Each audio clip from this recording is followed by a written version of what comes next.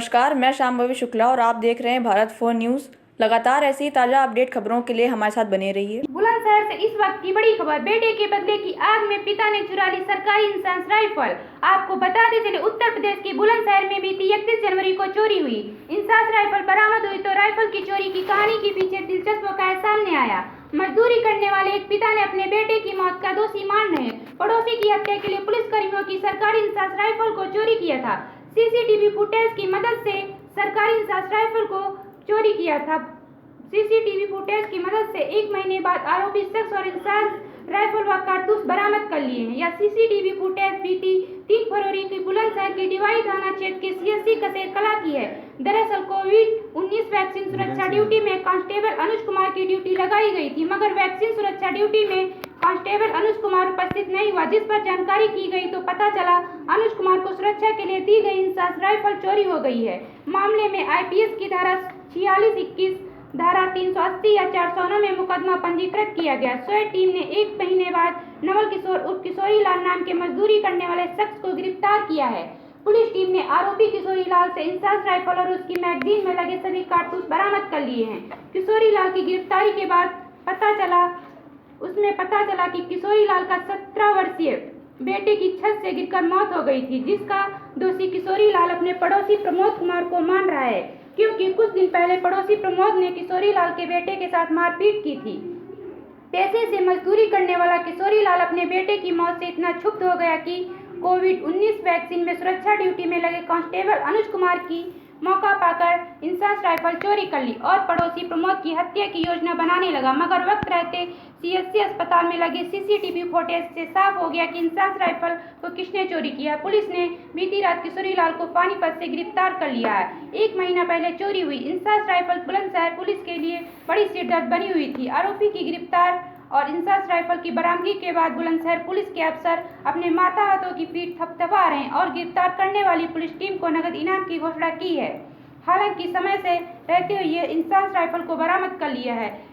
गया गनीमत की बात रही कि उसको चुराने वाला पेशेवर अपराधी नहीं था, नहीं तो किसी बड़े हत्याकांड को आसानी से अंजाम दिया जा सकता था। इस घटना से जरूरत है कि ड्यूटी के दौरान दिए जाने वाले सरकारी असलाह को लेकर पुलिसकर्मी सजग रहे, ताकि ऐसी घटनाओं की पुनरावृत्ति न हो पाए। बुलंदशहर से दीपक शर्मा की report, anchor Shweta Yadav. Police की चोरी हुई, इंसास राइफल बरामद हुई है, पीछे क्या कहानी है, कितने लोग गिरफ्तार हुए हैं, क्या और बरामद हुआ है? 3 फरवरी को पुलिस लाइन के कांस्टेबल अनुज, जिनकी ड्यूटी सुरक्षा गार्ड में थी कसेर सीएससी पर, जहां पर वैक्सीन रखी गई थी, उनकी सुरक्षा में एक गार्ड लगी थी, उस गार्ड में इस आरक्षी की ड्यूटी थी और ये बुलंदशहर पुलिस लाइन से अपने असलहे के साथ गया। रास्ते में इसे नवल किशोर उर्फ किशोरी लाल, जो अभियुक्त है, उसका पुराना परिचित था, जानता नहीं था, पहचानता था केवल ये शराबी किस्म का व्यक्ति है नवल किशोर। और ज़्यादातर पुलिस लाइन के पीछे लेबर चौराहे पे ये मजदूरी के लिए आता था, तो पिछले 1-1.5 साल से दोनों के बीच में आमने सामना देखा देखी होती रहती थी। इस आधार पे दोनों का परिचय था, लेकिन बहुत अधिक इसके बारे में वो जानता नहीं था। आरक्षी अनुज इसको अपने साथ लेकर के कसेर हॉस्पिटल गया और रास्ते में इन दोनों ने एक साथ शराब पी, क्योंकि शराब की पाउच जो है इसके पास थी और उतने सुबह मार्केट में शराब उपलब्ध नहीं थी। और फिर जब नवल किशोर को साथ लेकर के वहाँ पहुँचा तो दूसरा सिपाही था, वो नवल किशोर के साथ मार्केट जाने लगा, पीछे पीछे ये भी हो लिया।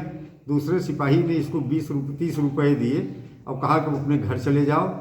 ये घर जाने के बजाय गार्ड रूम, जहाँ पे राइफल तकिया के नीचे छुपा के रखी गई थी और एक सिपाही अंदर था, वो कुछ पल के लिए बाथरूम गया था, ये पहुंचा और वहीं से धीरे से इसने राइफल उठाई और दोनों, एक मैगजीन राइफल में लगी थी, दूसरी मैगजीन को अपने पॉकेट में रखा और वहाँ से राइफल लेके चला गया।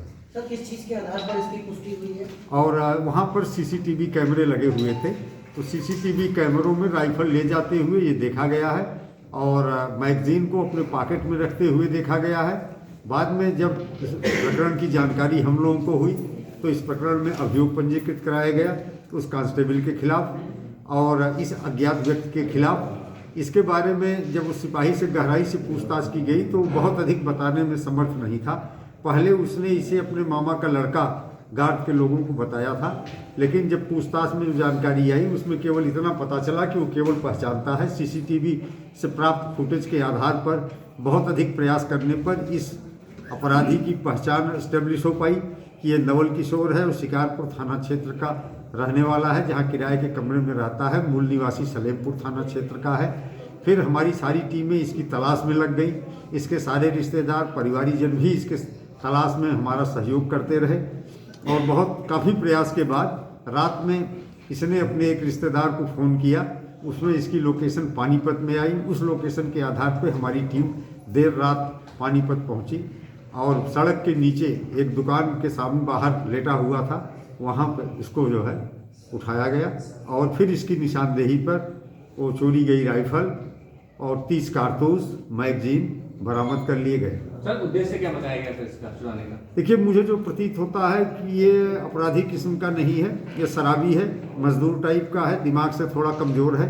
इसके बेटे की मृत्यु कुछ महीने पहले हो गई थी छत से गिरने के कारण। इसके दिमाग में एक बात बैठ गई थी कि जो इसके घर के सामने आदमी रहता है उसकी वजह से ये मेरा लड़का छत से गिरा है।